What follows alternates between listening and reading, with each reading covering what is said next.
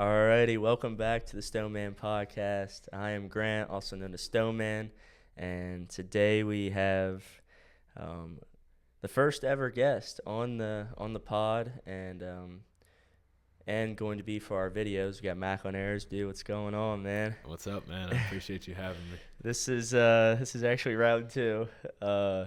We filmed this. I mean, dude, that was like a month ago, maybe. It was a while. Yeah. We got so just to explain for you guys, I'm doing a series on YouTube. I'll put my YouTube in the description, but where we're doing 3 steps. I'm going around interviewing people.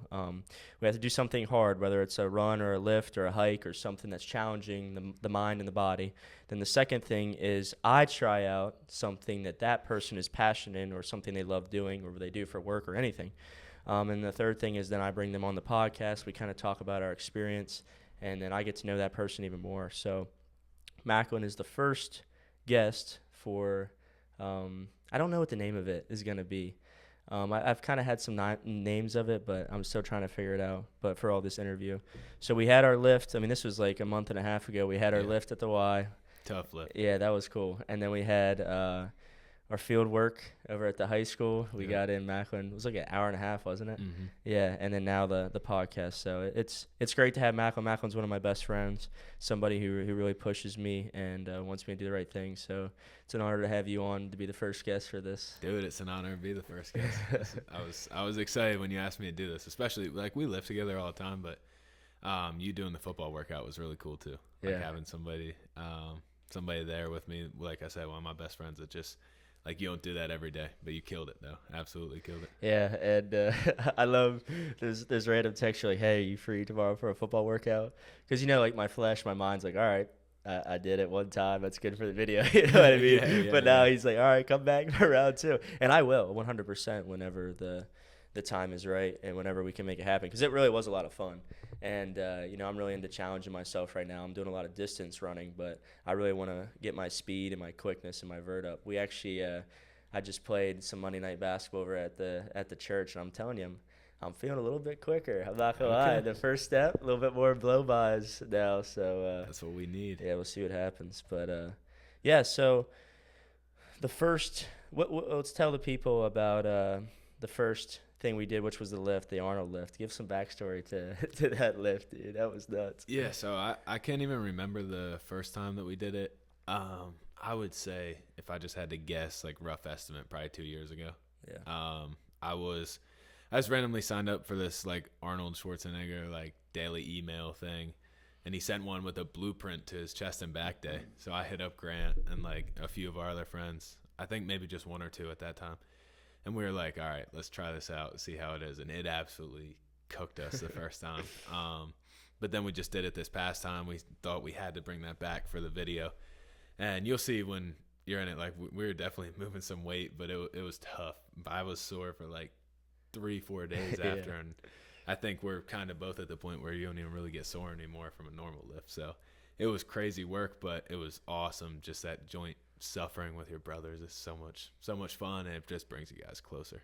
Yeah, I was actually I reconnected with an old friend this week, and he's very into full body workouts and like kettlebell workouts and stuff. And I was telling him about our Arnold lift, and I remember was it 5 sets or was it 4 sets? Because I know did we start out at 15?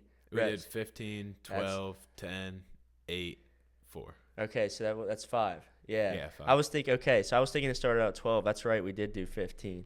And I mean, we started out with rows, Arnold rows, and then we did incline bench, flat bench, bent over rows, pull-ups, chin-ups. Like, we did everything. Like, if you do incline bench till that much volume, you usually don't even touch the flat bench or look at it. But we were right back in there doing the same exact thing. It was crazy. And there was 5 of us there, 5 or 6 of us. It was crazy. Yeah. So, but when we did it the first time, there was only 2 or 3 of us, so we didn't have as much time to rest. Yeah, not as much rest time. That's probably part of the reason we move more weight, but I think we're more like locked. I'm definitely stronger than that. And I know you are too. Yeah. So it's like it was a lot of fun, and it's cool to like just see how much not that it got easier, but how much more weight we did for those sets. So Yeah. it was awesome. Yeah, and a part of the reason I like to lift, and you're the same way, is for mental fortitude too. It's like everyone's probably, oh, that's not optimal. You take more rest. Don't lift that much volume. Blah blah blah blah blah. I think it's so cool to let's just see how far we can go today. Let's see Yeah, how much we can no. push each other. Well, we were just talking before this started actually about we watched some of these videos of dudes lifting on YouTube and stuff. And honestly, if you're looking from I guess, whatever, sports performance standpoint, it's like, okay, that makes no sense. That's just high chance to get hurt, whatever. But we do crazy stuff like that too because, like you said, the mental fortitude, it's like, it also doesn't make sense if I'm just looking at it from an outside perspective for me to go out on a 100-yard field and smash my head against somebody's for 4 quarters. Yeah. So, I mean, you're just training for, like, football for me, but also for life. So, yeah, those lessons you learn in there, they're hard to come by outside of the weight room. So Yeah, and like we talked about before, and I remember we talked about this the first round of the podcast was, you really, number one, you see somebody's true colors, and number two, you really get close to, like, some of my best friends are the guys who I've suffered the most with. Yeah. Sorry, let me see if I gotta hit this do not disturb. Oh yeah, I showed him. You showed me. Let's see. Oh, look at that right there. I got Popular guy. But yeah, like, I was just talking again once this guy reconnected. I was like, dude, my close circle of friends, like, I believe that my close circle of friends should be making me better as a man. Yeah, and if they're 100%. not, they shouldn't be my close circle of friends. So that was like another thing is, like, at the end, we all give each other a hug, a dap up or whatever. We pray afterwards. And, like, that's some of the greatest feelings ever right there. Like, look another man in the eyes and be like, wow, we went through that. I'm looking at you halfway through it, and I'm like, how are we gonna do this? And you're struggling at some points too, and we're in each other's ear. And I remember I got on that flat bench, and I think it was like 12 reps because the 15 was hard. Because I remember I was doing 135. I started out with the 15 reps, and it was not feeling like 135. It was feeling like 185. And then I put on 10s, and I did the 12. And I remember you were going over to do the row, and you looked back and you go, no pain, no pain. And it just it just switched, man. And I was like, that's what you need. You need those guys to push you. 100%. And, like, that's why, kind of leading into the football workout, like, that's why it's so hard to do the stuff alone. Like, don't get me wrong, it takes a special person to suffer like that alone in the weight room or football workouts, stuff like that. And we've both done it before. We've both been there. But it's just so much better when you have someone with you to do that and then go through it with you and push each other. It's just that extra motivation. Like, if they don't quit, how can you quit? Right. You don't want to be the one. It's a little bit of competition in there because, like, you're pushing each other to be great, but also, like, I don't want to be the first one to quit. I don't want to be the first one to fail on this or whatever. So that's the best part about it. Yeah, I think it's really cool. Like, there's no really pride in any of our lifts and, like, the group of guys that we have. Yeah. Like, there's nobody like, oh, I'm lifting more weights. Like, I know you guys got to make it a competition between me and JD, but it's all out of love. Yeah. Yeah, but I love that it's not like I lift more weights than you or I did this more. Like, we don't have any of that. Like, it's all we're there to have the same mindset, and that's to get better. Your get better might be here. My get better might be over here, but it's just getting better. Well, that's the best part. I see you, like, say, whatever. I weigh a lot more, so I should be stronger. But I see you, like, pushing yourself to your limit. Mm-hmm. And I'm like, oh, shit, if I don't push myself to my limit, like, is he going to get better than me today? And it's that little bit like, like, I can't let my buddy one-up me. You know what I mean? Right. Like, I got to stay on the course, too. So that's why like, my whole life since high school, we've been on each other hard, like, especially our lifting group. Like, if you miss or something and you say you're going to be there, oh, my gosh, that's probably the worst thing you can possibly do. Yeah, the old I was like 2 minutes late one time, and I was in the group chat with me, you, and Sam, and both of you are like, you sleeping in today, Stone? Where are you at? Like, I'm like, that was 2 minutes. Yeah. And I love that, though, because it really does, keep you disciplined and keep you, to the standard. We have the standard. We get there on time. Like, you're not going to be late to, a football practice. I'm not going to be late to work, or I'm not going to be late to the stand. I can't be. Yeah, no. So, yeah, so transition to the football workout. And one thing you said about doing it with other people, doing it alone, I was thinking about this morning during my run, and we have to find that balance because we can't rely on others. Like, I don't want you to rely on me, and I don't want to rely 100%. on you. Like, oh man, if Macklin was here, I would go a lot harder. I mean, it might be true, but that doesn't give us an excuse if we're lifting alone to go soft. Yeah. And I was thinking about that, like running or something like that. I think there's things that 100% we have to do alone. And I know you totally agree with that because nobody's there to hold your hand. Nobody's there to tell you it's okay. You know, it's just you against you. And I was thinking about it because I run with wired earbuds. I got two pairs of them now because I've seen a little bit online that like the Bluetooth, the frequency is not too. Yeah. I actually saw Coach Bricks made a Yeah. video about that. Yeah. It's kind of what got me into looking around at it. So I run with that, and most of the time it's just me trying to put them back in my ear because they keep falling out. Mm-hmm. So the one point I just was like, whatever, I don't need music. And it was like halfway through my run, it's dark, it's raining. I don't have that music or the YouTube motivational in my ear. It's just me against my thoughts. And it's like, what do you do now? You know That's what some I mean? of the best times. Yeah. Like I since you brought up Coach Bricks, honestly, one of the hardest workouts I've done in my life was he has this thing called Armor of God, and I know I was on you for a little bit. We'll get you done with that one day, but you'll be happy when you're done. But it's like it's one of the most challenging things, mentally, physically, spiritually, and like I just always have that image in my head now. Like at the end, you gotta do like this sled walk up the hill. I think there's like a 45-pound plate on, but you've done a ton of things by this point, and you're trying to beat the time, and your quads don't want to move, nothing wants to move, and you look up his hill, and he has like a cross at the top, and it's like, okay, all it is like me and the cross. Like that's kind of how you gotta look at everything. I know you're the same way. Like we're huge faith guys, so it's like when I'm by myself pushing myself, it's like I don't have my own strength. I have that strength from the cross. You know what I mean? So if you can channel that and find that, like then you don't even need anybody else. It don't matter where you're at. You always got that. Yeah, 100%. Because I've been doing a lot of dissecting in my own life recently, and honestly, he's like, God's really opened my eyes these last couple of weeks. Like coming back from my sickness, because I spent a lot of time, just staying low. Like one day I'd have a fever, and one day I was starting to feel good, and the fever would come back. And for the whole 2 weeks, I had like a chest cough, and it was like a loud. It was like every That's the worst. minute. Yeah. And I couldn't hunt doing that, and I was like, this is because I've hunted having a fever before. Yeah, like I don't 100%. care. But it was so hard. So I've had a lot of time to think about like, and then you get to that point where like I'm horrible with sickness. Like if I'm, me too. Yeah, I'm like, I'll just take me, Lord. Just take me. I know. I hit that at one point. General. Yeah. But I was thinking, okay, so why is this happening? Like, what is this a lesson? Like that's what I'm starting to think, and it really was because I was like, you know what? I prided myself so much on having a routine, like waking up, taking that element. I got that subscription, bro. I hit that every morning. Come in to this gym and I'd stretch, do this routine. Then I'd either go for a run or go for a lift, do these push-ups, these pull-ups, stay disciplined, try to stay off my phone. I'm doing all this stuff, and I was thinking that was what the ticket was going to be to happiness, or that was going to be the ticket to me being motivated and disciplined all the time. But in reality, for me, especially us as believers, it's not. It's giving him the glory and putting him as a priority. Absolutely. I set my alarm Monday morning. I was going to go on a big run, and I set it for 3:45. I was like, I'm going to get this running before work. I'm really going to challenge myself. Got up. I was soft. I was like, I'm going back to bed. So I went back to bed 4:45, soft again. I went back to bed, set my alarm for 6. Then I got up at 6, and it's like God just slapped me in the face. He's like, you got up for all these runs beforehand, because I failed that morning, but it was all because God wanted to show me that. When have you ever gotten up just to study your Bible? When have you ever gotten up early to pray? Yeah.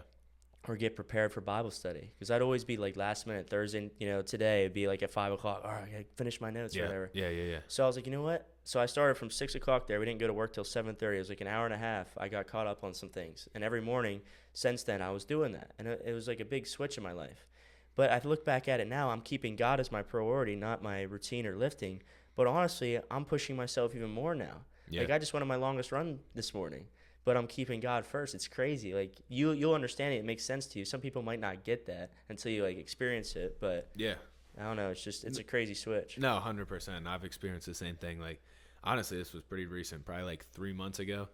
One of my close friends from outside the area, I know through football, he challenged me to like memorize some scripture with him. So I'm like, okay, like this won't be that bad. But then it got to be the same thing. Like when we're in the weight room, like I don't want to be the one to mess up. And it's like 4 of us. So I'm like, I don't want to be the one that doesn't know his verse this week. And then I realized, like, wow, this is kind of the first time in my life where I've cut out other things for God.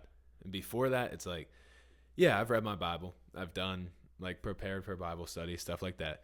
But it's all when it's convenient for me. It's like, okay, I got some free time, so here you go, God. Like, I got free time, here you go. But when have I ever made, like, a conscious effort to, like, maybe cut something else out? Like, I don't do something because I give time to God. And I think that's been super, super powerful in my life. Like, that's borne a lot of fruit already in my life, just because now I'm like, I'm more in tune with my faith than ever before, because now I cut stuff out for that. And it's like, if I don't do anything else in the day, but I do like my stuff I'm supposed to do for God that I do, it's like, okay, successful day. And even it comes before lifting, comes before football, comes before everything. So it's like, I don't know, that made a huge switch for me, and it's very similar to your situation. Yeah, that's awesome that you shared that. That really fires me up. It's so similar. That's what I was thinking about. Like, I have no problem, like, 7 o'clock on Thursday nights Bible study. Church is 10:30. Like, we have those things, but what about our personal life? Okay, I know I'm going to come home around 4 today. I'm going to lift from 4 to 6. I have no problem making a schedule for lifting or training. But when have I ever said, okay, from 2 to 3 or from 5 to 6 in the morning is going to be God time? Yeah. I barely ever do that. No, I know. And I would just, like, check a box, like you said. I'm like, okay, I made it to church this week. I read my Bible every single night. I'm good. But then I realized, like, okay, I've been reading the Bible, but I haven't really been understanding, because I haven't took the time to, like read into it, maybe write my thoughts about it, do all these things that come with it so I can understand. And that's the biggest part that I was missing, like that understanding. Like, I've read the Bible front to back, and I didn't really know what it said, to be honest. But now that I'm actually, like, digging into it, it's amazing. Just yeah, it's a how whole much different you feel. ballgame. Yeah. Yeah. And the confidence that grows with talking about that. Yeah, exactly, dude. The boldness you get, because, we're always going to talk more about what we know. Yeah, We think about just something like, is Michael Jordan a GOAT? Yeah, I have all the stats to back it up. Yep. What do you think LeBron's a GOAT? I have all the stats to back it up. If you believe in it, you got your study, and then I could spout off, he's 6-0 in the finals, all these different things. Mm-hmm. We need to be able to do that same thing with God's word, to spout these guys that, believe in other religions or don't believe in the truth. That way we can stand on what we believe in. But, yeah, it's so cool to kind of change that mindset, because, honestly, it kind of takes away the anxiety or the fear or the too much, you're too hard on yourself point, and you just can go 100% and realize, what does this actually even matter? You know what I mean? That's the best part. I think I said this in the first podcast we recorded, but it's helped me so much with football too, because now it's like, I have this UFL combine coming up, and it's like, honestly, if this, like, depending how this goes, it could be my last football thing. So it's like, a lot of people, that could be, like, there's a ton of pressure. If you think about from a worldly perspective, like, okay, this could be the last time I get to do a true football event. I'm not playing the 39U or whatever. So this could be the last time. So it's like, I feel like a sense of peace and calm because of these past 3 months, like, devoting that time, like, cutting stuff out and making more time for God, and, like, just building my schedule around him, not just fitting him in wherever I can. So that's brought me just a lot of peace with football, because I know that, like, no matter how the game goes, like, I've already won. I already won the biggest battle ever. So not that I don't care about the game and I don't play super hard, because that would be a lie. I do. Right. And I could beat myself up if I don't play good. But at the end of the day, I'll be all right regardless. And that brings a lot of peace. And I think it makes you play better, because you're not worried about all the worldly outcomes. It's like, the only outcome that ever matters, my eternal outcome, is already won. So that's all I need. Yeah, that's very wise and, like, a mature mindset, and it's something, like, I've been thinking about. And it's also like, when you work hard and you know that God's watching you, it's like, it doesn't matter what I'm doing. I know I'm going to be okay. It's all part of his plan. Like, Tate and I's business, like, it could go down, but that's fine. I'll go find something else. Like, no worries. You know what I mean? But I remember, this kind of leads in. I remember we talked about this. I know I'm going to say this a lot, referencing back to the first podcast. Yeah. But I remember I asked you when you were at Dartmouth, because that's kind of like when we reconnected a little bit. Yeah. I remember because you were always there for me. I remember we used to DM back and forth on Instagram, which was funny. Yeah, we didn't even have numbers and Snap. Yeah, it was Instagram DMs. But I remember, like, you would at least once a day or once every other day, we'd send each other, like, one message.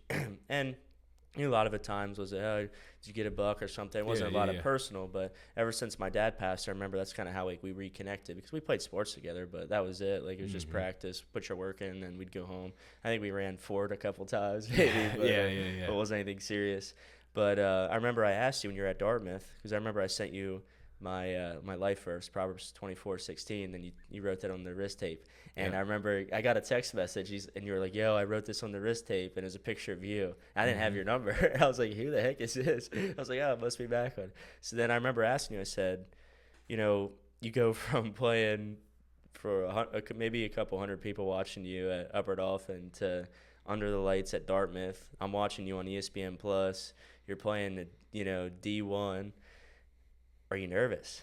And you're like, sometimes, but like honestly, not really because I know what my purpose is. Yeah. And that's something I highly respect because somebody as competitive as you are, like me, like I hate losing all this noise, all these people watching me. I got my armor on. I need to do my job. I put so much work into studying film and plays and coverages and all these things. I would be nervous, but to hear you say that was really cool to have you Yeah, say that. and I wish I could figure that out. I wish I could figure that out a little sooner. I figured it out, I would say, like my junior year probably. Yeah. But it's like if you honestly, they say in football like it's better to make a mistake fast than to do the right thing slow.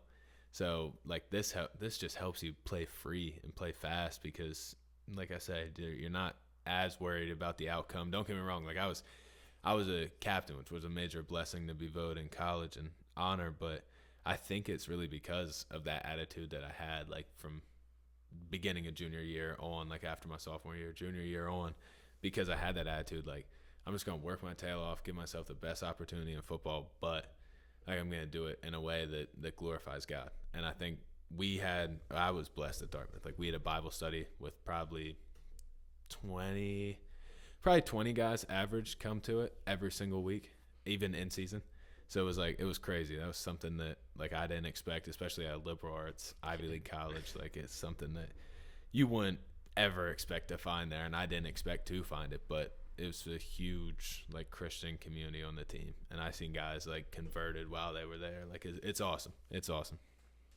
Yeah, as I say, that I've never heard that. I'd rather make a mistake fast than do the right thing slow. I really like that. Yeah. I think, correct me if I'm wrong, but I've heard Jaden Daniels say like in interviews or something. He's like, well, practice should be like 10 times harder than games. I feel like it's all. You should be prepared enough that it's just all instinct. You don't even think. You Yeah. just go to your spot in the coverage. You see them lined up in this formation. You know what they're gonna run. It's gonna be inside zone or something like that. Like you know all the instincts, so you're not like thinking and trying to have all this outside noise. Like you're focused and it's just instinct. And I Yeah. think about that with like hunting. Like I'm out here shooting my bow, and sometimes I just take like 10 deep breaths as fast as I can to get my heart rate up and act like it, or I act like I draw my bow in a buck instead of just right at the target, and I move my bow like 10 yards over to the target, act like I'm following the deer. Or a lot of times I hit the mat, act like I'm Yeah. shooting Yeah. the deer. And sometimes I overthink it. Sometimes like I missed a doe this last weekend. I don't know if I told you, but it was a mistake on my part. I ranged it. I was hunting a field edge, so I ranged a couple grass patches to try to figure out areas because field edges are tough because it Mm-hmm. might seem a lot Yeah. Yeah. farther Yeah. than you. You can't judge distance. But I ended up I thought it was 5 yards closer than it was. I made the right decision on shooting low because I knew it was nervous and would duck, but I Mm-hmm. didn't have the right yardages. And I was telling some people, and they're like, I think you're overthinking it. You got to go with your instinct. And like I think it also goes hand in hand. Like you need to be in the moment, but you also need just to trust your instincts and not think. 100%. Yeah, and like you said, I think like you do need to trust. It's a fine line, like anything else, because Yeah. you need to trust your instinct, but you also need to be prepared. Right. Like you said, like you did the range finding, and Yeah. like you thought you knew. Like if I went out to a football field, sure I could trust my instinct, but if I watch zero film all week, if I didn't do what I was supposed to do in the off season, it's gonna show no matter what. And whether you, like I said, I stopped finding my value in football, which made me play a lot better, but like whether you find your value in football or not, it all still matters a lot to you, Right. especially if you love football and love the dudes you're doing it with, and that's part of the biggest thing. So I wouldn't say like once you do that, you start not caring at all, because Yeah. that's not the case. But it's just a different type of care that like I don't know, it just makes playing the game so much more fun. Yeah. Yeah, so that kind of leads into the second thing. I want to talk more about our field workout and more of the workouts and the mental side of football because I'm for somebody I was played 1 year. I was a kicker. I feel like somebody who's never really played the game that I know so much about the game just from my love of it and watching it like growing up. Yeah. Like I know all the I know like college football is my thing. Like honestly, I hate the NFL. Like I hate watching it. Like I watch it a little bit, but like college is my thing. Like I'll watch that random Vanderbilt Tennessee game on a Saturday afternoon. Like I love it. Vandy's good now. Well, yeah, Come on, yeah. I was just saying, back in the day when they were horrible. yeah. Now Diego Pavi has really got them boys going, man. But I really, and I've seen like locker room tour videos and workout videos. Like I knew you guys did like a lot of different speed work and stuff, but it was really cool to see how important the footwork side of football is, especially it's for any position. I mean, you think about even like linemen, they have to, their dropbacks and stuff like that. They work footwork more than anybody. Yeah.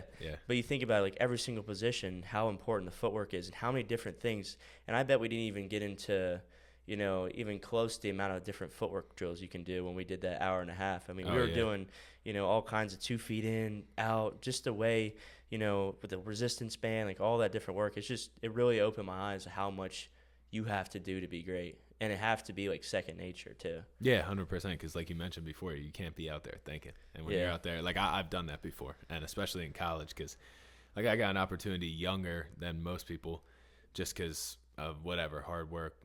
I would say luck, but I don't believe in luck. So right. just blessing in this situation. But like I feel like my first couple opportunities in college, I was playing like hesitant, and I owe one of my coaches at Dartmouth. He like called me in his office. He was a funny, just very realistic guy. He's like, you know what to do. You're fit for what to do, but he's like, you're just playing soft as F. It was so funny. But at the time, I took it real like serious, not personal. That's where people get in trouble. You take it personal. He said that because he wanted me to be great, and now I'm super close with him. Yeah. And I thank him for that because that made it like a whole switch of mindset. Yeah. Like I got to deliver the blows. I gotta knock a running back. It's not enough to just tackle him and he falls forward. So like just all that mindset change. But yeah, like you said, you got to be prepared for so many different situations, especially as a linebacker in today. Because it's like I got to cover a slot that runs a 4-4, and then I got to cover a running back out of the backfield who can run all types of routes now, the way offensive coordinators scheme stuff up. And then at the end of the day, probably the hardest thing is I got to take on a 300-pound man that's trying to put me on my back. Yeah. Or I want him to not touch me at all, really. But like more often than not, that doesn't happen. You got to take him on. So it's just all these things you got to be prepared for. And like you said, we didn't even work on that side of it, the run defense game. We just worked on some pass drop stuff.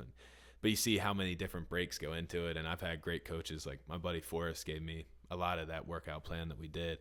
So I just know how to run it. But we did all that, and then we had that killer finisher at the end, which probably didn't make sense the way we did it. But it's like, okay, I did something that was super hard, and I didn't quit. And that's just, you build that.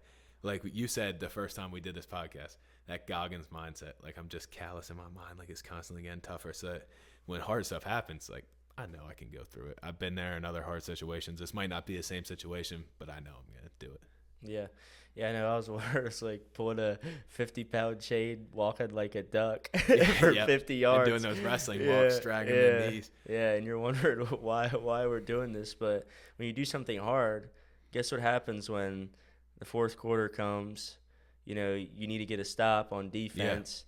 Yeah. And you're thinking, man, I'm out of breath. I'm tired. These boys have been beating me down. And then you look back to things like that. I remember when I was tired, and I was honestly wondering why I'm doing this random workout exercise, but I finished it because I know I have that mindset that translates right into there, and you can go get a third down, fourth down stop. You know what I mean? Dude, yeah, and my mindset always goes back to like I said this in the first one too, and I wanted to make sure.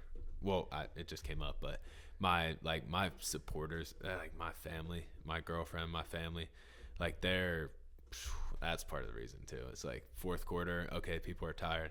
No, these people like sacrificed so much for me to get here. Like I can't, if I begin to single them all out, it wouldn't even do justice. But it's like that's a big motivator too, because I'm like, this is why I work so hard, so that one, I can glorify God. That's before everything else. Mm-hmm. But two, like just so that I don't know. I feel like I owe them. I know I don't if you ask them, but like my girlfriend, my family, they've been my biggest supporter. They travel to Dartmouth. Like I go to my sister's games now. It's a blessing, like kind of blessing in disguise to like have got cut and be home for this time period because now I can go to my sister's soccer games and she plays in Delaware. So it's like 2.5 hours there, 2.5 hours back. And by the end of that, I'm like, dang, and I didn't even drive.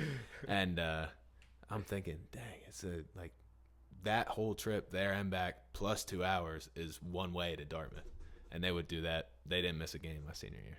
That's and my girlfriend watched everyone online because she was still in school. And then at UMass, she came to every game too. And so did they. So it's like, man, I owe them a lot. And that's part of the reason in the back of your head why you do it. Like you hear a lot of stories of NFL guys doing it for their mom and stuff. Like I'm the same way. So yeah, as I say, it is truly a blessing to, a lot of the guys who haven't come from nothing, they have that edge to them. They have something to, but then you think about the guys who really did have that supporting family. They also have that edge to them. Yeah, 100%. And you think about it, you're out in front, and then they're all lined up right behind you, pushing you along, letting you know, chirping in your ear, letting you know that, hey, we're right here with you no matter what happens. And that really is, I thought about it just playing in little local high school games. My mom and dad are in the stands. I can't let especially can't let down my dad. He's gonna let me hear it. But. Yeah, right when you get home. No, I know that's some of the worst. But hey, we're thankful to have had fathers like that because I see people that either didn't have a father figure, not as blessed as us, or in that regard, or like that a father figure that was soft. And I look back and me and you at the time, like we'd talk at basketball, like, dang, our dads, like they're so hard on us for no reason, like this makes no sense. But now we look back and we're like, I'm so glad.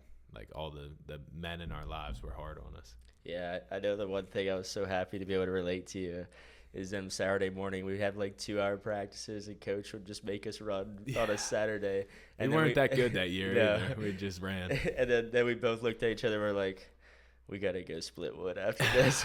And nobody else really got that, bro. There's like maybe a couple other guys on the team that had to do that, but a lot of them were like, I'm going home. No one going else to a party, going to play video games. Video games. And we're like, we got to go split wood. And they're like, what? And we hated it. Like, don't get me wrong. Like at the time, it's like, dang, this sucks. Yeah, like I'd rather do anything. Yeah. But now you look back, you're like, dang, I would do anything to go to a basketball practice and split wood after. Yeah. Like, it's just the stuff you're thankful for. Yeah, and it's all about growing up and learning and maturing because I've always thought about it as like, why do we have to go through high school? Why do we have to go through college and all these opportunities at such a young age when we're not even mature, or like why we don't have that knowledge? But it really is just to learn.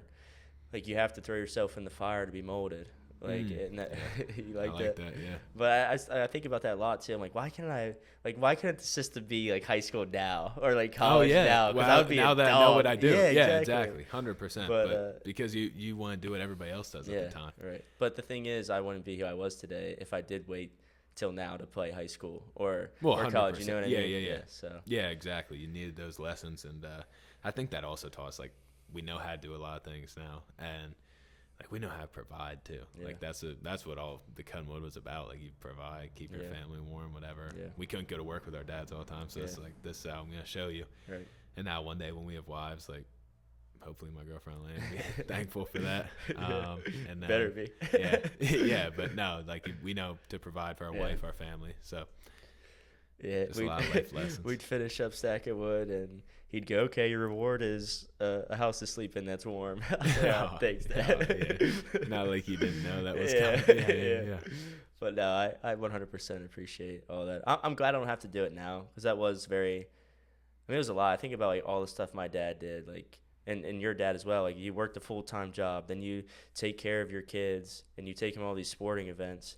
And then after that, you also have to provide for your house with warmth. Like, dude, splitting wood doesn't take like 15 minutes, man. You're out there for hours. Days. It's so much. And to get enough for the winter is way more than people think. Oh my gosh.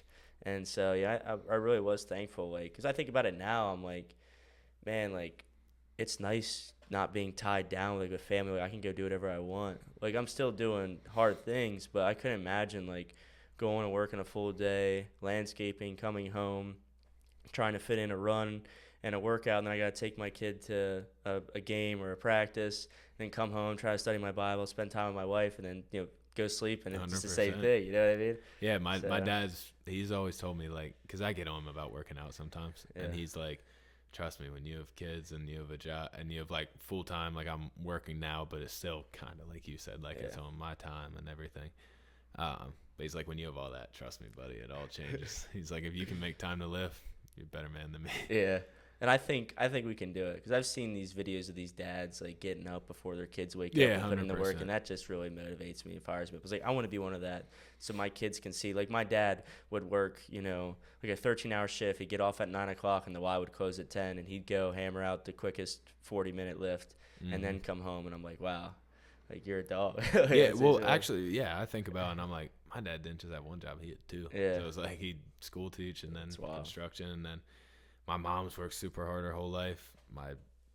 Everyone in my life has worked super hard. So I got a super like high standard to live up to. Me and my sister growing up, and then now I see my girlfriend Elena. I see her family. I'm like, dang, these are two like really high standards to live up to. But that's a great thing because I know there's a lot expected, and where there's a lot expected, I feel like that's what you want. You don't want where the bar is low. I can easily just cruise and pass it. You want to work hard to achieve something because it always means more. Right, and that made you who the man you are today and the standards you have, and then it made the woman Elena is today and the standards she has. That's why God brought you both into each other's lives. Yeah, absolutely. Because you weren't just looking for anybody. You were looking for somebody with the same standards. Dude, I heard this thing the other day. It's like it's actually in that like study memorization and like kind of book that I have to do. Or that I choose to do, but get to do. But it said that like when you do have a wife one day, like we've all had multiple girlfriends, whatever, and it's not talking about these multiple girlfriends you've had, but like when you have a wife, God put her in your life to fill in your gaps. And if you think about that, that's awesome because like, I'm like, yeah, I do lack sometimes with like, I bet you can relate. I'm just taking a wild guess in like compassion and stuff because I'm like, dang, somebody went through something. They get or not like it's different if somebody like has a loved one pass away or something like that. But if somebody's just like, yeah, like I'm sore today, I can't lift or whatever, I'm like, you're so soft. Like I'll start like literally bullying them until they come to the lift just out of sorry for not coming for my sake. So I'm like, I need to do better with compassion, some stuff like that. But at the same time, it's kind of a good thing. Yeah, so, I think I totally agree because I've been told in the past that I need to stop talking to everybody like they're my boys. Yeah. Because they're 100%. I'm not gonna. Well, I mean, it's all love. Like I love you as a brother in Christ, and like I have compassion and love for you, but you don't need that from me. To be honest, you don't. No, I know. You need me to tell you it's time to go, bro. Wake up. Yeah. And I needed the same thing from you. That's why, we need that support that's another thing why mothers are so important in today's life. They give that love. Now, I'm not saying that men should not give. I think, like, my dad would tell me all the time that he loved me. Yeah, he also would tell me when I was completely wrong. That was also love. Like when I was younger, I'd get spanked. Right afterwards, he'd give me a hug and tell me he loved me. And I was like, what? You just hit me? Like, you spanked me? Like, what? But I totally understand it now.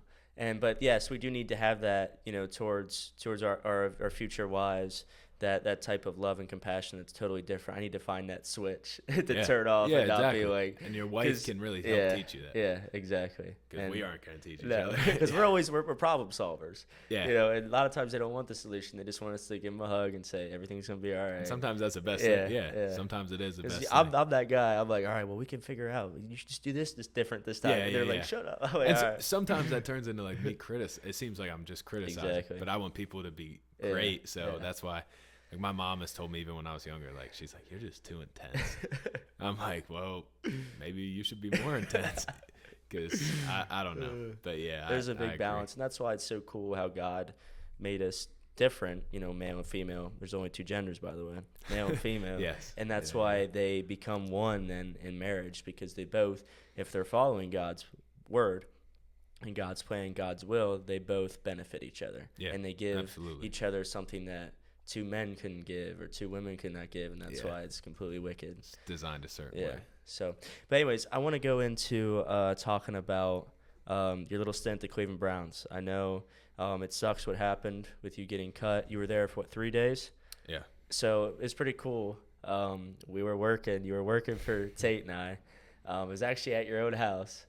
So you knew I couldn't let him just stay inside. And Yeah, there it is. I'll mulch your beds for you That while you're compassion. inside. Yeah. You look out the window on your little laptop. I'll mulch for you. That is a good job. But yeah, you But, appreciate it more when you landscape. yeah. I'll tell you that. But Macklin's been a great. It's been a blessing in disguise having.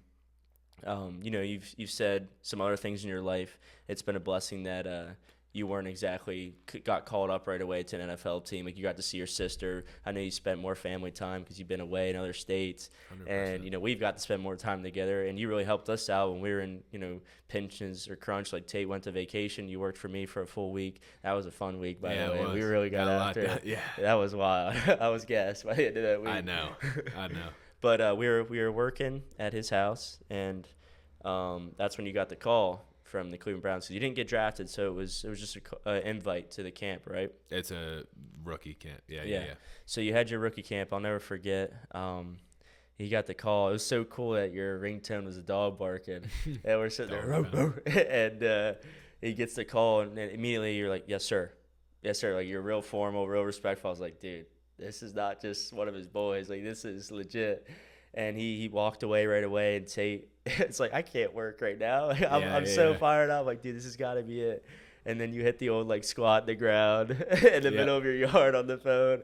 And then afterwards, you just, like, started walking over, and, like, I could see you're, like, tearing up, and you're like, that was the Cleveland Browns. And, like, that was, like, the coolest moment ever, dude. Like, we all gave each other a hug, fired up. And, we don't, like, we're not about the emotion stuff, but it's, like, just so much.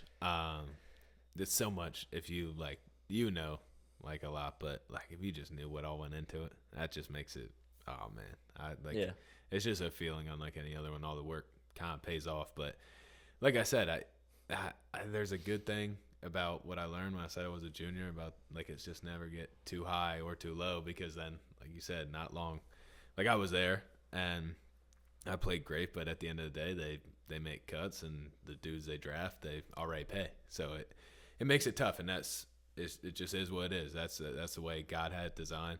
So like I said, never get too high or too low, even though that moment was awesome, and the moment was absolutely terrible when I'm going home from Cleveland. It's like I said, I don't attribute my value to football anymore, but at the same time, like, I know that I can get back there, and I know that there's a lot of different routes that God has to make stuff happen. So I still have faith.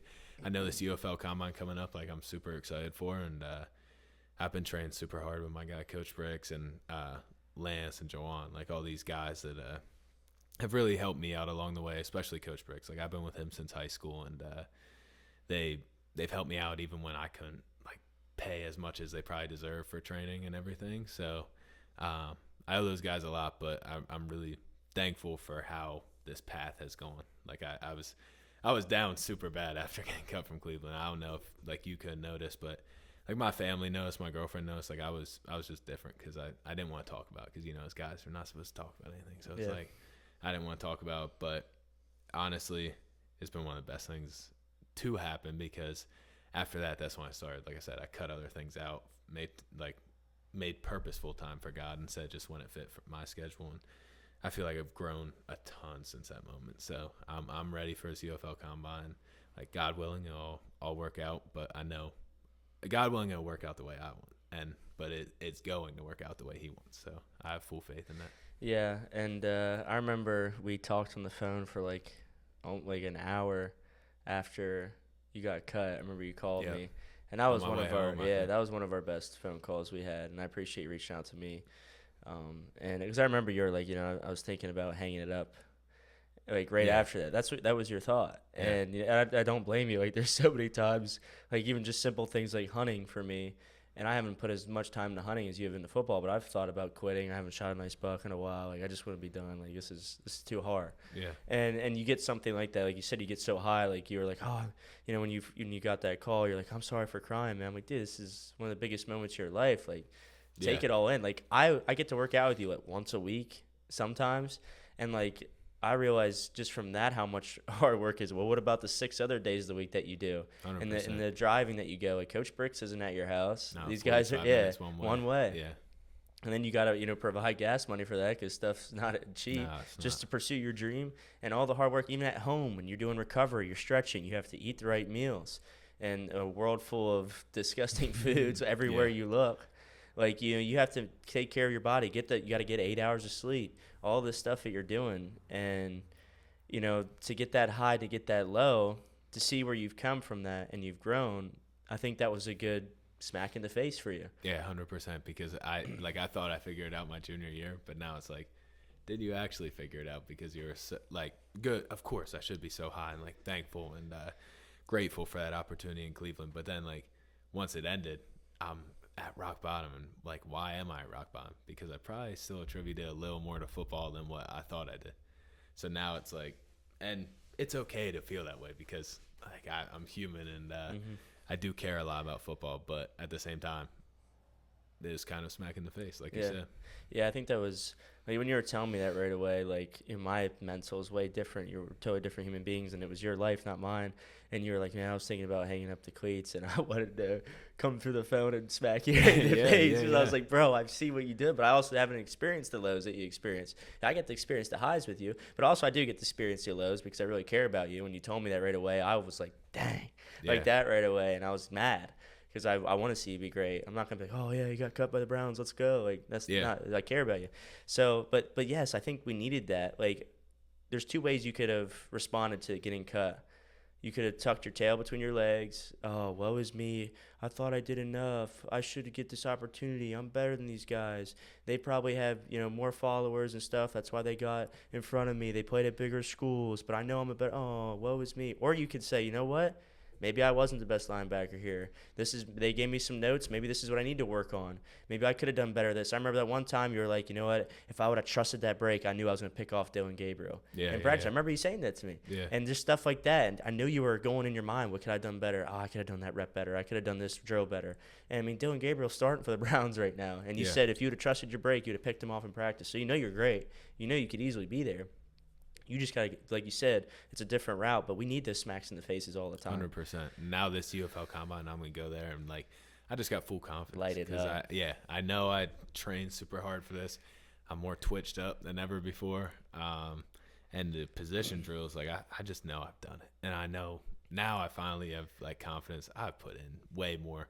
Whoever I line up against or am competing with, I know I've worked harder. So it shouldn't be any like there'll be some nerves because there's a lot of people there, a lot of people watching that matter, but it'll be like I know that I've worked harder than the people across from me. Dude, that's I love it, man. It's you worked so hard for that moment. It's November 23rd, right? Yep. Let's go. Houston. I remembered Houston, November 23rd. You guys listen to this because I'm hoping to have this out. It's October 30th. I'm hoping to have this out before then. So you guys are watching this, say a prayer for Mac. Please. November 23rd, that he does it for his honor and his glory, God's honor, God's glory, not his own.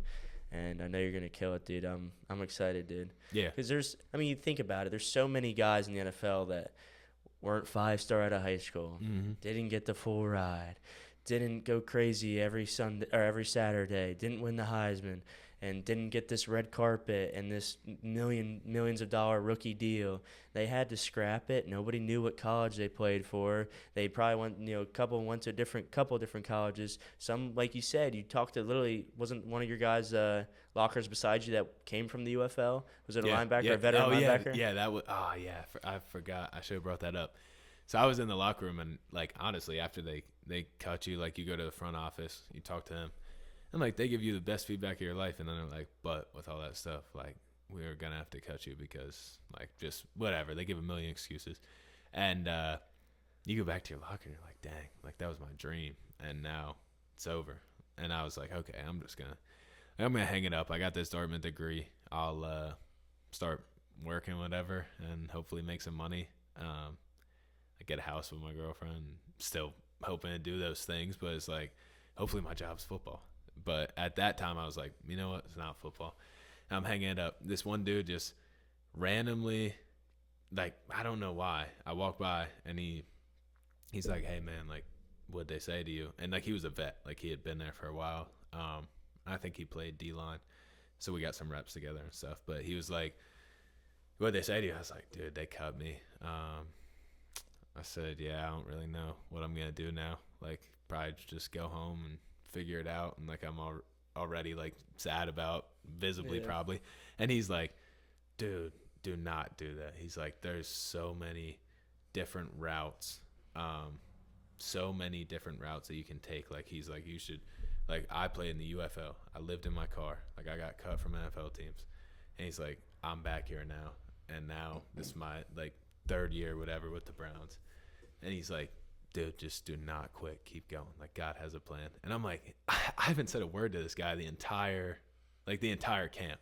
And obviously we're all focused on our own stuff, but like you talk to people, I didn't say a word to this guy. I didn't even know he was there. That's crazy. So that's like me just walking by his locker, him pulling me aside, asking me this stuff, and then like telling me keep going, don't quit. I'm like, dang, if I ever had a sign, like, God, thank you for that. Like I needed that. So that just gave me a whole new sense of drive and purpose. And oh man, I just, when I think about that, I just get chills, because like one of those, my pastor calls it God wink moments. Like God's just like winks to you, like, hey, like I know what I'm doing. Yeah, I know those stories are cool, because I mean everything happens for a reason. God is in complete control, and you think about how quick stuff has happened. I mean, when did you start playing football? What age? 7. 7 years old. I mean, 7 years old, and we dream a lot bigger when we're younger. I don't know why we usually die out on our dreams when we get older. Yeah. But you've dreamed since 7 to put on an NFL uniform, and you've worked your butt off to do that, and you weren't satisfied with just hitting people in high school or running for touchdowns or just hitting people in the Ivy League or just hitting people at UMass, hitting Carson Beck to the floor. Let's go. Yeah. And to see that there's moments where you have to be that level-headed, and you get that worse of news or such bad news that you just want to give it all up, and to have that come back right away. I mean, not right away, but that the words of wisdom. Then you're getting fired up right now, even talking about it. I got chills just. And it fires me up too. Like I'm ready. Give me a helmet right now. Let's go. Yeah. So it's so cool to see, because I've talked to Tate a little bit about this. We get so zoomed out so many times where we're just focused on this one thing. We have these blinders. We don't realize, and if it doesn't go right, it's like, oh, the world's ending. Yeah. Take a step back. You have been grinding since you were 7. Maybe you didn't think you were going to get to Dartmouth. You got into Dartmouth. Maybe you didn't think you didn't know what college you wanted to go to when you were transferring. You're telling me, I don't know. I got all these schools. I don't know. You went to UMass. Didn't turn out to be the best for you reps-wise or playing. That's what God wanted to do, so it was the right thing. And it still worked. Yeah, and you didn't think maybe you weren't going to get a call. You got a call. You went and battled the best of the best. Yeah. And that was pretty cool. So, yeah, we talked about our lift, and we talked about the field work, which I'm gonna go back for round 2, dude. I need that. Yeah, you need to. That one drill I do want to talk about. That was so cool with the Easter eggs. Oh yeah, that was really cool. Because you think about the mental side of that is, I have to remember I'm shuffling out, and then I have to remember there was blue up front, and there was pink, and there was gold, and then there was green behind you and green in front of you. Yeah. And I have to watch you. I'm not just looking at the ground as a linebacker, and you watch which side you go and what color you call. And, man, that was crazy, because you have 5 different on each side plus the length. And then you got one time we were shuffling out and shuffling to the color. Then one time we were shuffling out and running to the color, breaking, and then backpedaling, all this stuff. It was crazy, but I really tested you. I really liked that. Dude, that's something I ignored for the longest time. But luckily, like I said, I've been blessed with great people in my life that teach me the game of football. And like I was so worried about the physical side, just because I wanted to be ready, and like that's all everybody cares about. And I watched a ton of film and stuff, but when I start focusing on the mental side, like just your brain telling your feet what to do as quick as possible, you wouldn't believe how much of a difference that makes. It pops on film when that happens. So yeah. I'm glad. Shout out my buddy Forrest for those drills and like for passing on knowledge, and he's a huge faith guy too, and he kind of helped me with that situation too after the Browns, and just all the people in my corner, like I said, like you, Forrest, all my friends, girlfriend, family, like it's just that also helps lift you back up when you get down on anything. Doesn't have to be football, life gets you down, whatever, but also my mind's callous from all this hard stuff we did, so I'm like, you know what, like that sucked, but I'm going to keep going. Yeah, and it's so cool. To go back to that drill, like I never really thought about this before, but it's so cool. You should be doing something, but thinking of something else. Yeah. Like that's what you're training yourself to do. Well, your And it's feet, so my hard. feet are moving, but I'm like my brain's just telling my feet Yeah. what to do. So my feet are continuously moving, but the second Yeah. I see the QB move, like my feet Yeah. just need to be in sync Yeah. with my brain and Yeah. just go. Yeah. There can't be hesitation, Right. like we said before. Yeah. So like you don't even have to think about the way your feet are moving because you've done so many drills of learning the breaks and doing the less movement, the less steps equal quicker. So you're just ready to go whenever that QB moves or dumps it to the running back, or you got a guy cutting across the middle that you're just not even thinking about your coverages or your back putt or whatever. You just go. Yeah. And like that was wild to me because like I don't, I'd cut grass and lift weights. Like I'm not thinking about different things at the same time. So it's really cool. And once again, like that cuts into the second nature, but yeah, it's so cool talking about the callousing of the mind, where I think about things in my life like, I lost my father when I was 17, or, starting this business when a lot of people said I couldn't. Like when something comes up now, like I look back at that, I was like, you know what? You've been through some really hard things in this life, and God got you through it. Like there was a lot of strength in my, well, not a lot. There was some strength in my own because I had to, be tough and learn. Use his strength, but it was obviously his strength, and all of the glory goes to him. But that's like a reminder, like, I think about like, oh man, maybe we didn't get this contract for work, or I hope we can make enough money here that we can make a living, or I really want to chase my dreams with podcasts and content creating and inspiring. This is really hard, but I've done hard things before, and I've got through them through him, so I know I can do it again. Dude, God will make a way every time, and you know that just as well as I do. Yeah. So yeah, that's just something I really like, and just hard-nosed people around. Like I don't know why, but like I feel like people, like Christian men, a lot of people think they should be like soft. yeah, 100%. And Jesus like, wasn't soft. No, like obviously we talked about the compassion thing. Yes, like men need to be there for their kids. Like there's not a lot of fathers in this world. There's a lot of dads, but there's not a lot of fathers. Absolutely. And we need to be there for our kids and like have compassion. Tell your kid you love them. Play tractors with your young kid, or do something fun with them. Take them on a walk. Like show them you care for them, not just do the things that you have to do. Yeah. But at the end of the day, like men, like Christian men, should be the toughest men on this earth. Absolutely. Like we should be carrying the boats and the logs. We should be lifting. We should be running. We should be in God's scripture. I think people neglect as Christians that we should be in shape, because they go to 1 Timothy 4, and it's like physical training is of some value, but God has more value. Basically, it's paraphrasing. Of some value. Exactly. And that means it's important. Yeah. And I think so many people neglect that, and we're putting God first. We have to. And if training overcomes God, then you got to take a step back on training. But training is in the schedule. It's in the planner. It's not away. It's not tucked down somewhere saying I'm going to do it tomorrow. No, it's in the planner, bro, and that's how we have to live. Well, I love what you said. Like there's so many people that read scripture and then they'll interpret it how it best fits them or best suits them. It's like, okay, I want to listen to this verse. So what's a classic example I think of, like you said, there's two genders, but yet all those people who don't even believe in the Bible, they'll call out like, yeah, but you do this and this and this. It's like I'm just trying to stick to it as best I know, and I'm doing just what it says. Like it's not even my thoughts or my words. It's what that thing says. That's how I'm going to live my life, and that's how I'm going to do it. It's not going to be like, oh, you know what? It says this here, and I could kind of interpret it this way. So, like, it's not bad if I get, like, hammered with my friends every other weekend. Like, I'm still worship. Like, I don't know. There's people whose minds work like that. And honestly, a lot of Christians, because they don't have that actual, like, the relationship piece with Jesus. Yeah. And it's like, I'm just a servant. Like, I just want to do whatever he wants me to do. Just give it all to him. Yeah.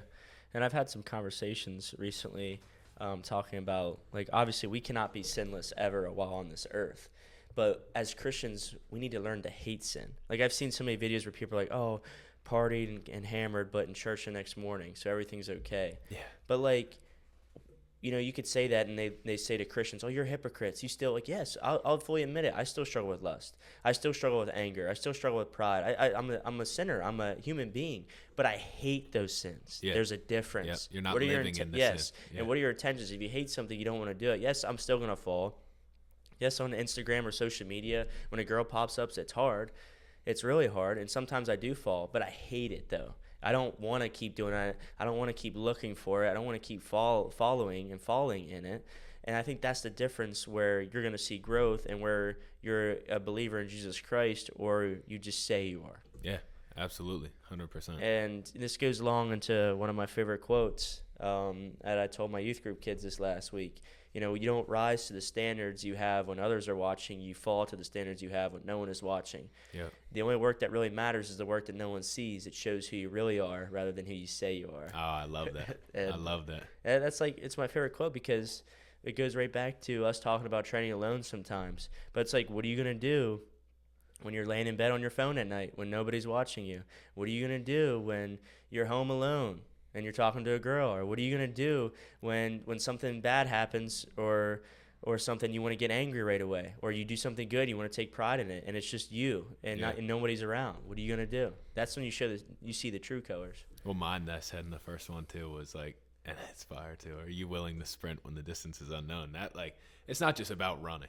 It's not just about like me going for a run, like just sprinting. It's more about like, am I willing to give everything I have to everything I do, regardless of the outcome?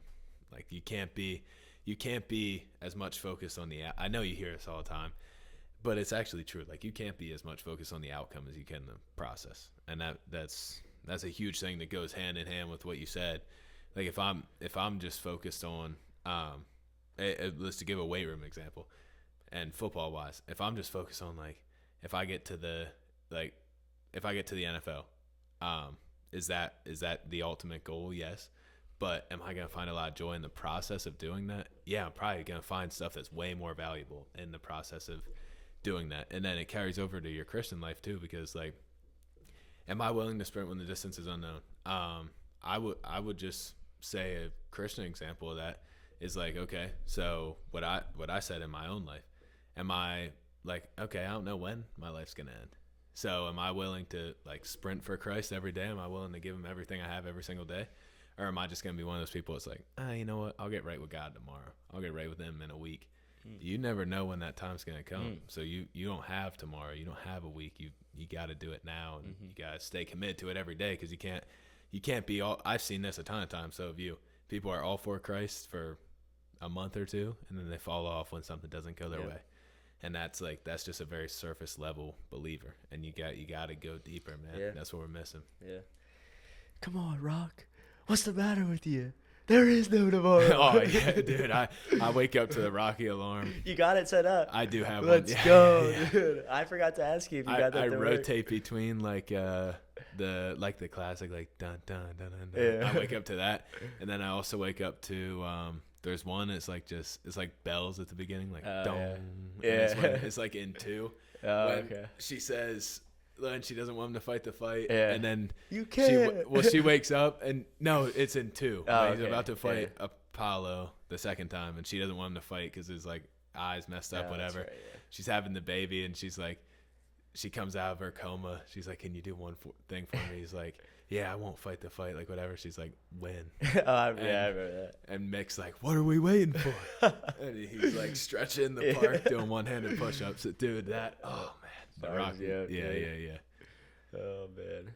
But all right, well, I think this has been long enough. You gotta. I mean, it's 4:00. I don't know if you have that meeting or whatever, but the meeting. Yeah, this is more important. I'm able to spread the word. Yeah. So the one question that I did want to ask you, if you could say something, anything, or a message to the world, what would it be? Yeah, I said this last time too, and I definitely.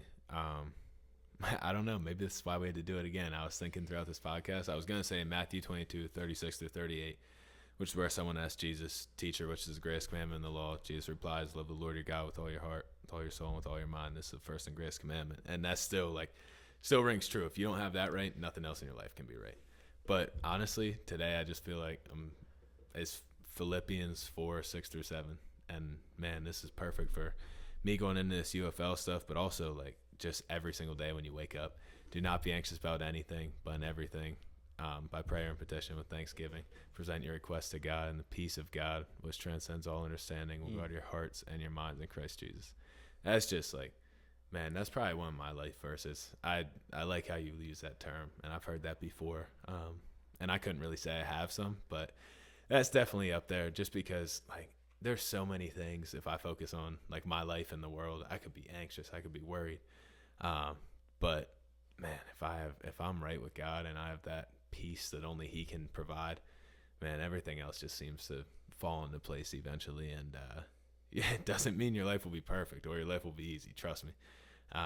But it does mean that like your eternal destiny will be taken care of, and that's something. I mean, that's just a piece unlike any other, just like yeah. And then I said this last time, but I have to drop it again. One of my favorite quotes: "What you're not willing to do, somebody else is," and that's man. That's just life. If you're not willing to get up, like you said, at 3:45 a.m., like you have been. I'm saying, but you get up at 3:45. You went on a 10-mile run today. I saw your Strava thing. I don't really know what that's about. But he said something else. I'm not gonna repeat what I first said. I was doing something, but no. He 10-mile run, lift. Like, dude, you're willing to do that. There's a lot of people that are not willing to do that. But then, when it comes to like we do those Arnold workouts, there's people that quit. They go home and they're like, dang, like.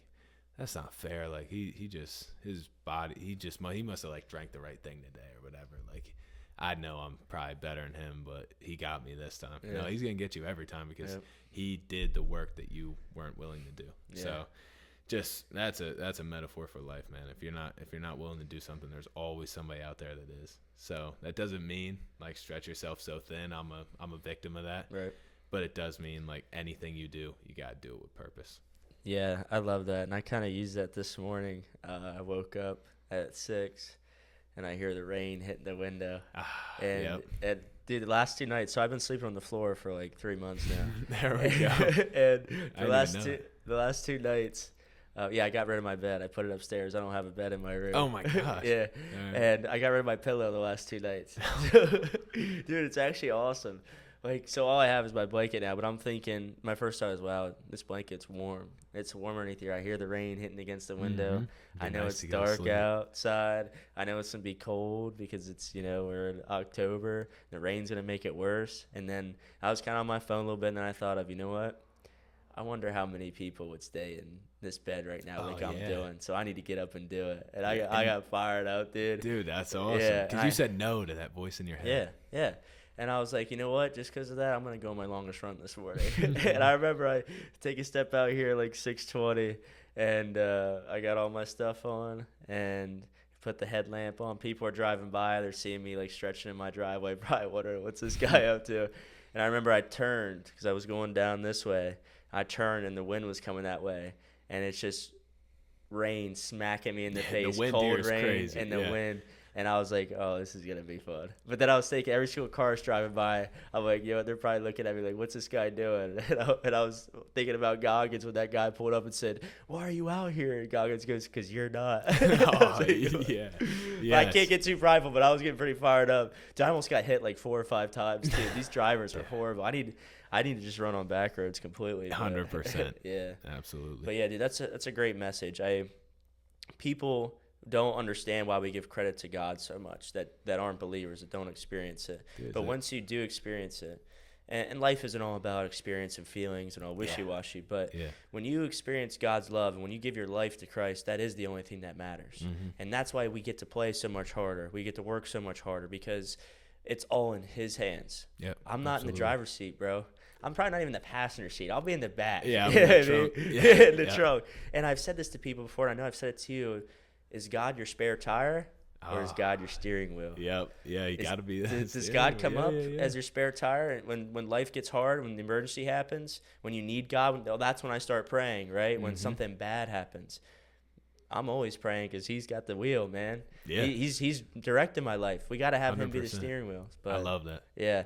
It's been a blessing. I think this podcast, I think we won up the last one. I think we did too. Because I remember we put the headphones down last time. Make sure we have okay.